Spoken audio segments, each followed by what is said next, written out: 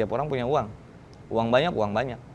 Tapi dia dengan uang banyak itu dia nggak bisa datengin ilmu. Tapi ilmu, dia bisa ngedatangin uang.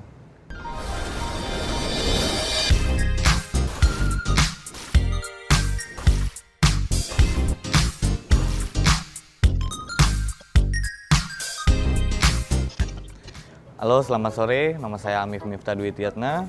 Kebanyakan orang itu manggil saya Miftah. Saya Head Mixologist of The Swiss Hotel Jakarta Peak Avenue, tepatnya di Letterpress Bar.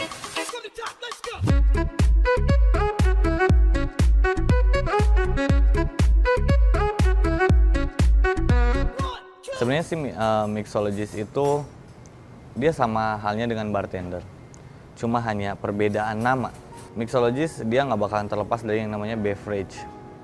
Beverage ya, which is semua minuman, mau kopi, alkohol, ataupun non-alkohol. Mungkin jam kerjanya pun kebanyakan itu mixologist di siang atau di malam, tapi mayoritas itu di malam. Sama halnya kayak misalkan mixologist itu kayak chef sebenarnya. Chef bisa membuat atau mengkreasikan sesuatu di bidang makanan, tapi perbedaannya mixologist itu bisa mengkreasikan sesuatu di bidang minuman.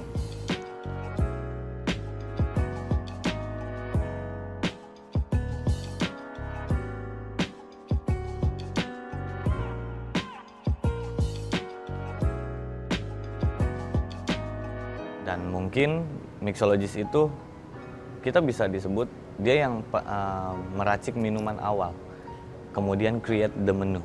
Nah, kalau misalkan bedanya dengan bartender, bartender itu udah disiapkan menu dengan sedemikian rupa uniknya, dengan sedemikian rupa ingredientnya. Dan mixologist tugas awalnya itu dia menciptakan sesuatu, kira-kira apa sih yang belum ada, mengkreasikan apa sesuatu yang beda dari tempat-tempat lain, apalagi F&B di Indonesia ini sekarang makin marak. Dia mau mengkreasikan, misalkan sekarang kita modenya bikin mode Chinese culture, atau misalkan modenya mode bikin Spanish culture. Kayak misalkan Januari itu lebih dikenal dengan mode Spanish. Kalau misalkan Februari dia dikenal dengan modenya Chinese. Jadi otomatis herbs atau ingredient yang dipakai itu pasti berbau-bau mode tersebut. Dan untuk jam kerja pun, apalagi di dunia F&B, kita nggak kenal yang namanya weekend atau weekday. Semua hari kerja. Di mana hari sepi, ya itulah mixologist libur. Untuk customer yang datang, tepatnya di Letterpress ya, kita ngomonginnya Letterpress. Contoh kecil, yang datang itu banyak banget. Bahkan ada koktel entusias, kemudian ada juga pemula, ada juga yang dia hanya kepo, kemudian ada juga orang-orang yang datang untuk bisnis. Banyak banget, dan tantangannya pun bakalan banyak juga. Kita menghadapi tamu yang satu kayak gini, kedua kayak gini.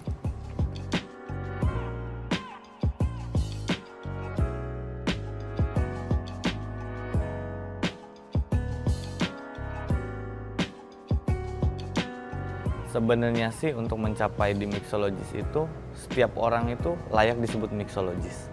Hanya nama sih sebenarnya balik lagi. Tukang cendol pun bisa disebut mixologist karena dia pandai meracik sesuatu. Untuk pencapaian mixologist di dalam suatu perusahaan sendiri pun sebenarnya itu pencapaian kayak misalkan untuk jabatannya, balik lagi. Karena sebelum jadi mixologist itu kita harus melewati tahap-tahap seperti barback atau misalnya asisten bartender, dia yang cuma cuci gelas. Kemudian setelah itu dia barulah bisa jadi bartender. Karena tahap-tahap di pencuci gelas itu atau barback, dia bakalan banyak menemui hal baru. Kayak misalnya dia nggak tahu gelas, dia tahu jenis-jenis gelas. Dia nggak tahu misalkan beverages of non-alcohol, dia bakalan tahu. Kemudian barulah jadi bartender. Banyak jalur nih di bartender itu. Kita mau kemana sih sebenarnya? Kita mau jadi naga kah atau kita jadi cacing kah? Contohnya kayak misalnya jadi naga, kita bakalan well deserved jadi mixologist. Tapi kalau misalkan enggak, ya stuck as a bartender sampai tua pun jadi bartender. Setelah bartender itu ya sebenarnya banyak tahap-tahap yang harus dilewati sebelum jadi mixologist. Karena pengalaman yang akan datang di bartender itu banyak. Kayak misalkan dia harus kompetisi, dia harus benar-benar menjajaki. Misalkan di bar lain itu punya bartender sehebat apa, adalah ajang kompetisi. Kita ketemu sama orang di as a tamu, kemudian kita ketemu sama juri yang expert di bidangnya. Itu pasti benar-benar keasah semua. Nah, di bidang bartender sendiri pun, untuk pengen jadi mixologist lumayan jauh tahapnya. Selain kompetisi, ada juga dia harus pindah kerja dari bar ke bar supaya dapetin pengalaman. Pengalaman baru, misalkan di tempat perusahaan ini dia bisa kreasi ini. Di perusahaan ini dia bakalan dapat kreasi beda lagi. Dari sana otomatis dia belajar sesuatu dengan sendirinya. Oke, perjalanan gua as a mixologist itu sebenarnya lumayan panjang dan mungkin rumit, nggak nyambung, dan ya bisa dibilang laki lah. Beruntung juga gue bisa di bidang kehidupan mixologi sekarang. Gue jujur pas sekolah dulu STM itu gue mesin, tukang tawuran malah. Mesin, dan sekarang gue di bidang bisa dibilang tata boga kayak gitu kan. Dulu gue bener tukang mabuk, tukang tawuran, kemudian ya tukang cabut sekolah, nggak pernah sekolah. Nah, dari STM itu gue berpikir, kedepannya itu gue mau jadi apa sih, kayak gitu. Nah, alhasil gue ngelihat abang kandung gue sendiri dulu, dia kerja kebetulan di kapal.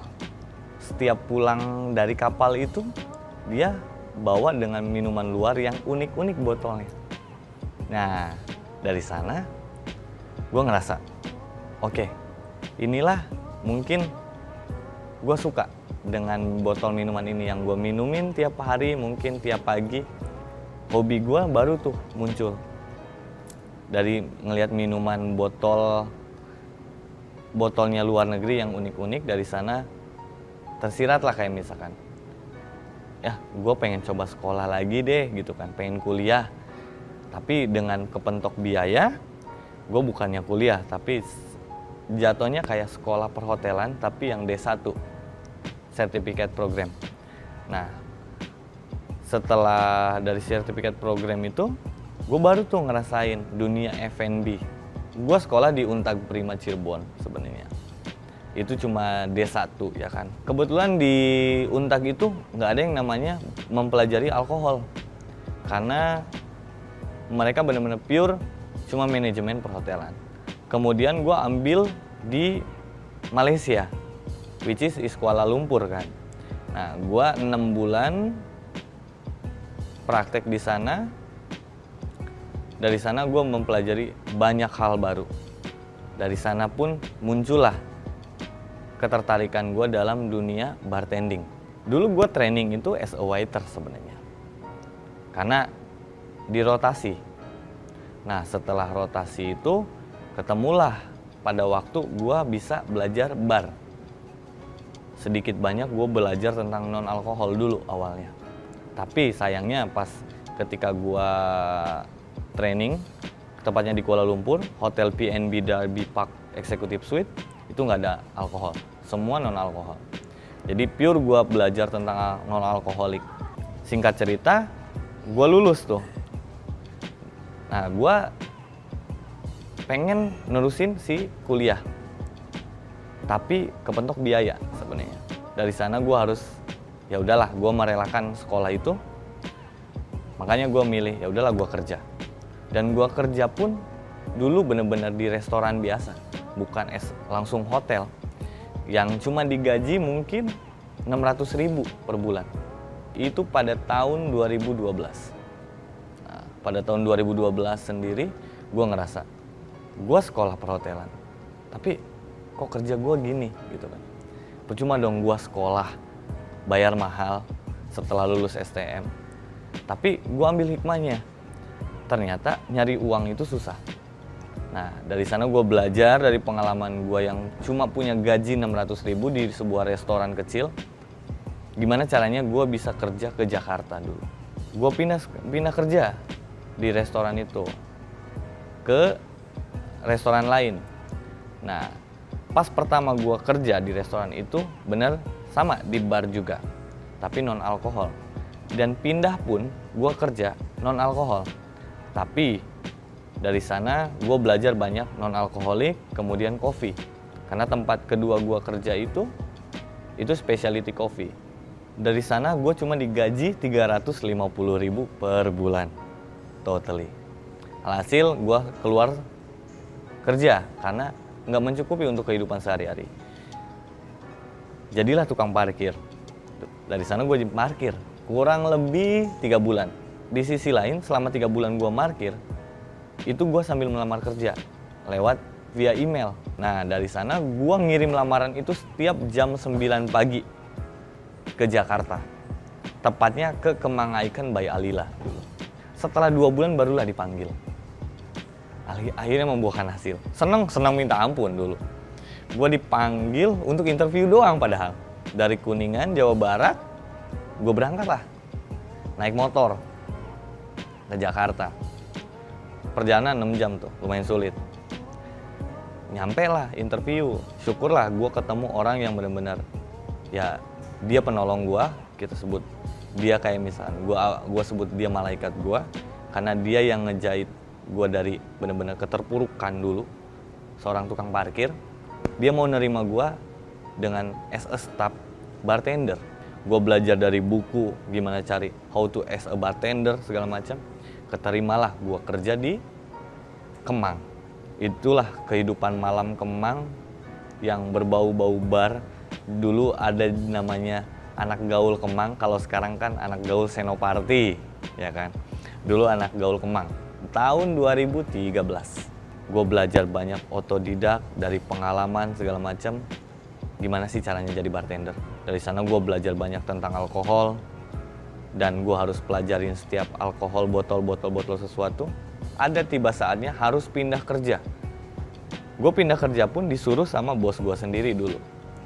Lu pindah kerja karena ilmu lu stuck di sini. Dari dulu gue diajarin sama bos gue dulu, namanya Oki. Lu pindah kerja jangan pernah ngelihat gaji. Lu anggap lu tuh lagi sekolah lagi.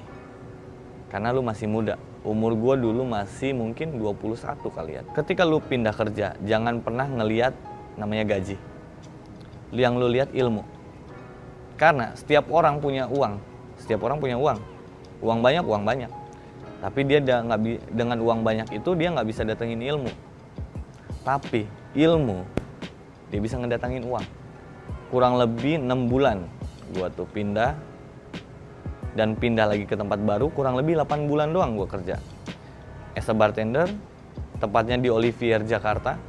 Mungkin setiap satu Indonesia tahu Olivier itu di mana, Grand Indonesia. Kemudian gua ketemu masanya gue dipanggil kerja di Bintang 5, which is itu Hotel Indonesia Kempinski Jakarta. Senang minta ampun karena gue bakalan kerja di 5-star hotel. Itu pertama kali gue kerja as a staff di 5-star hotel. Gue ngerasa wah keren banget nih gitu kan, karena kan hotelnya aja namanya Hotel Indonesia gitu. Pride-nya beda banget. Kurang lebih gue 1,5 tahun gue ngerasa mungkin wah kok kayak gini terus ya kerja gitu kan. Kayaknya gue perlu hal baru yang harus gue ketahuin. Gue harus pindah lagi dari Kempinski. Gue pindah lagi ke different outlet, different company, which is itu Shangri-La Jakarta. Dari Shangri-La gue pindah pula ke Marriott Group. Kurang lebih cuma 10 bulan. Dari sana gue ngerasa itu hal terburuk buat gue. Jujur, hal terburuk di sana. Karena gue harus ngerelain, gue dikeluarin kerja dulu. Dari sana gue menyimpulkan bahwa hidup itu nggak selalu di atas. Dan hidup itu berputar dunia. Kadang kita lancar dan kadang ada aja genjotannya. Dan dari sana gue keluar, dapatlah gue as a head mixologist di tempat ini.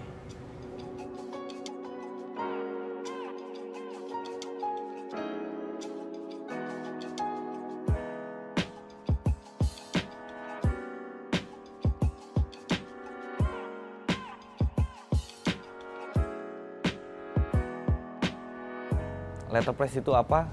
Ya inilah Letterpress itu the speakeasy bar, which is like cocktails bar, yang bisa dibilang the first cocktail bar in Peak, Jakarta Utara. Letterpress sendiri itu punya konsep yang lumayan unik, limit capacity, dan kedua with konsep the new Chinese culture. Kenapa kita disebut new Chinese culture? Karena dari namanya pun sendiri letterpress. Letterpress itu penemuan terbesar di dunia mungkin pada abad kedua atau ketiga. Letterpress sendiri itu kan mesin printing sebenarnya. Kalau zaman sekarang kan mesin printing itu kan tinggal tek tek tek tek tek, that's it. Kalau dipelajarin sama kita dulu, mesin printing tuh awal cap cap cap, di press, di emboss. Nah, kita aplikasikanlah di letterpress ini ya untuk mengingat bahwa lah penemuan terbesar itu dulu ada di Cina pada abad kesekian. Dan minuman yang kita buat pun semua berbau-bau Chinese culture.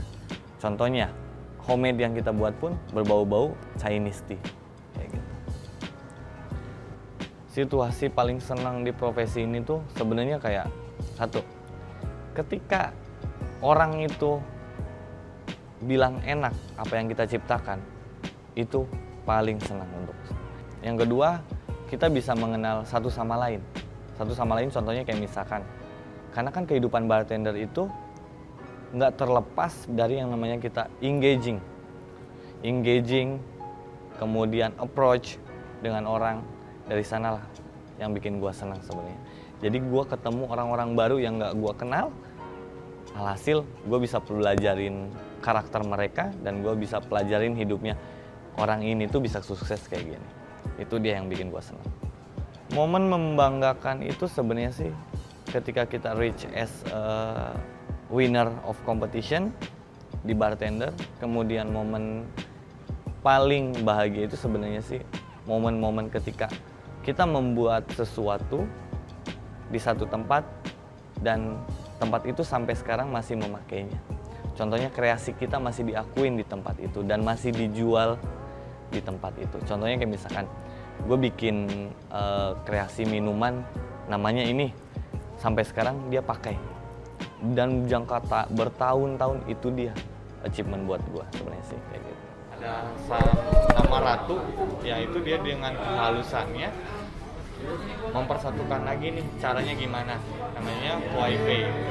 Dia yang benar-benar suka dengan warna biru halus, ya itulah pada dinasti Ming itu mereka pengen menyatukan. Dari sana kita aplikasiin di minuman, ya inilah Kuai-Pei.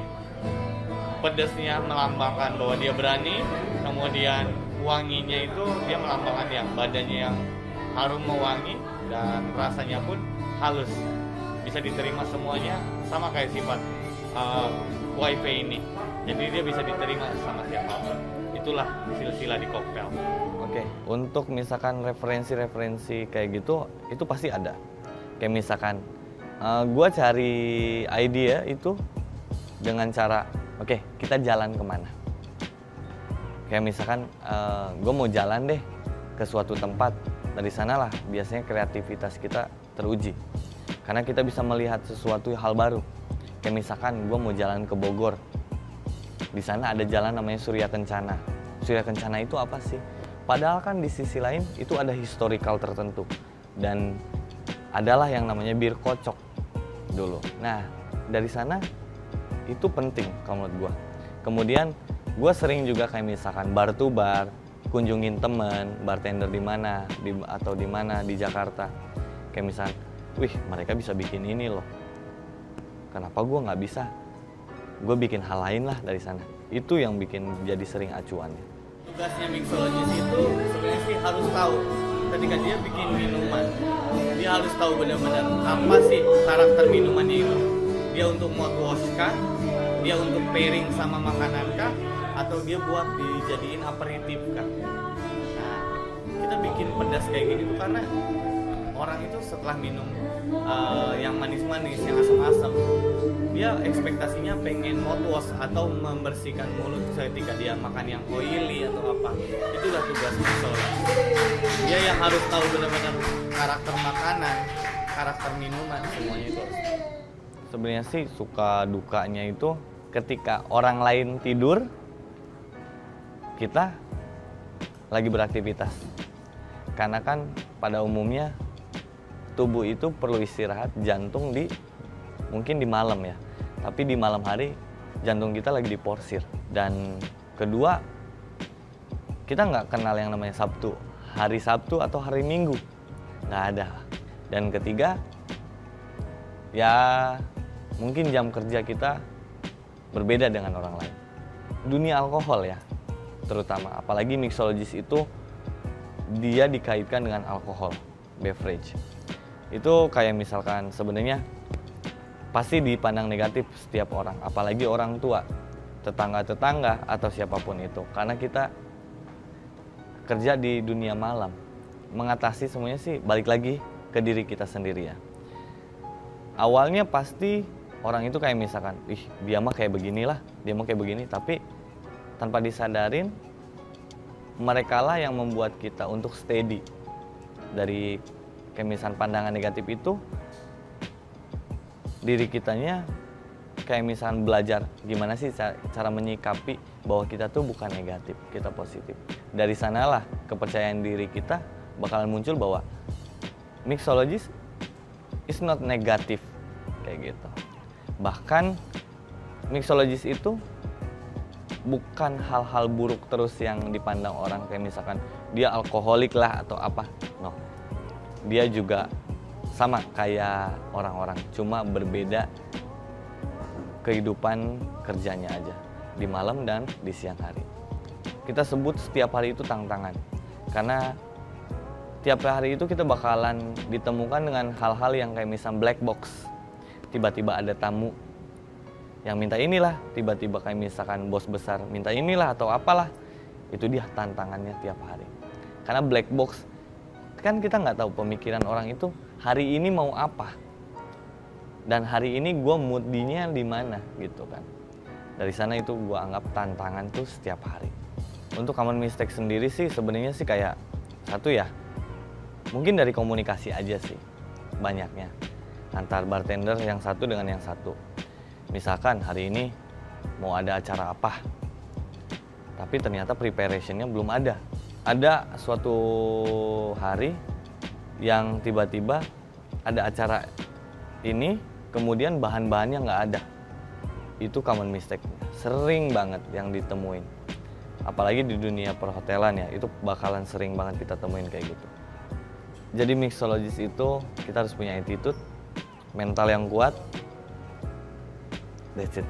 Kita perlu teamwork, otomatis teamwork yang kuat. Kenapa gue bilang attitude, mentality? Itu paling utama sebenarnya. Karena kalau misalkan di teamwork itu attitude-nya jelek, semuanya buyar. Dan ketika mentality di teamwork itunya jelek juga, itu bakalan buyar. Karena kita hidup di dunia malam, dalam pengaruh alkohol. Semua tamu yang datang pun dalam pengaruh alkohol. Mentality apa yang kita harus siapkan? Itu dia. Dan attitude apa yang kita harus siapkan dan harus kita punyai. Karena skill itu bisa diasah. Tapi kalau misalnya attitude, totally itu nggak bisa diasah. Sulit, bakalan sulit. Hal-hal baru, contohnya makin idealis. Kedua, kita makin dewasa. Karena satu, kita harus menerima tanggapan minuman kita enak atau tidak. Dari sanalah pola pikir kita kebentuk, kedewasaan kita kebentuk bahwa tidak semua orang itu bakalan bisa menyukai kita dan gimana caranya kita menyikapinya ke depan. Itu dia. Jujur ya, kalau misal untuk pencapaian terakhir itu as a owner, gimana caranya gue yang punya bar ini, bukan gue yang kerja di bar ini. Itu dia. Sebenarnya sih tipsnya satu, perkuat mental,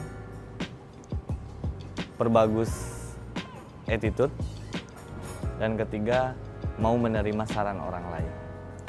Dan tips untuk generasi-generasi muda sebenarnya sih jangan patah semangat, dan kedua belajarlah dari yang berpengalaman. Udah sih. Jadi dari silsilah semua minuman ini dalamnya kita bikin ngeracik sendiri dan bikin sendiri ciri khasnya Retropress itu ya inilah. Itulah tugasnya mixologist tuh meng-create sesuatu yang belum ada di tempat lain. Pasti ada trademark disebutnya, ada trademarknya masing-masing. Kayak misalkan mixologistnya namanya Mitra misalkan, atau enggak namanya Ibnu, pasti dia bawa trademark tersendiri kayak gitu. Dia punya rasa tersendiri, sama kayak chef.